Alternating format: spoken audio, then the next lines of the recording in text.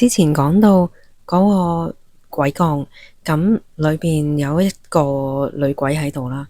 咁大家會問啊，點解會認為係鬼降，唔係冤親債主，唔係街度可能撞到鬼而纏上咗呢？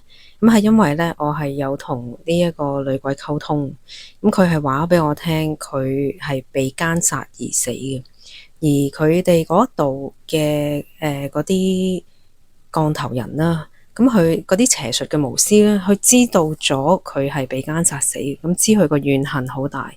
咁佢哋咧就用咗一啲法術啊，一啲巫術咧，就將佢個靈魂咧 trap 住咗嘅，咁鎖死咗佢嘅靈魂，令佢走唔到。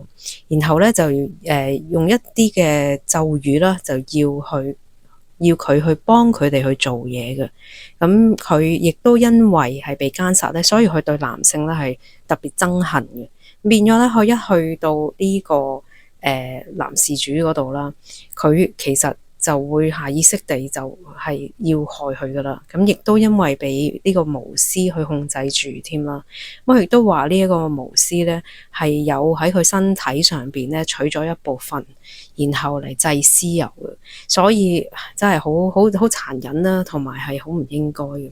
咁最後咧，呢一位女鬼咧，我係請求嗰度嘅守護神啦，去幫佢離開嘅。